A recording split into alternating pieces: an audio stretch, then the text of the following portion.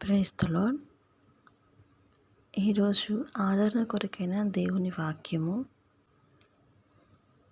దేవుణ్ణి ప్రేమించు వారికి అనగా ఆయన సంకల్పం చొప్పున పిలువబడిన వారికి మేలు కలుగుటకై సమస్తమును సమకూడి జరుగుచున్నవని ఎరుగుదుము. మనం దేవుణ్ణి ప్రేమిస్తున్నాము అంటే ఆయన సంకల్పంలో ఉన్నామని అర్థం.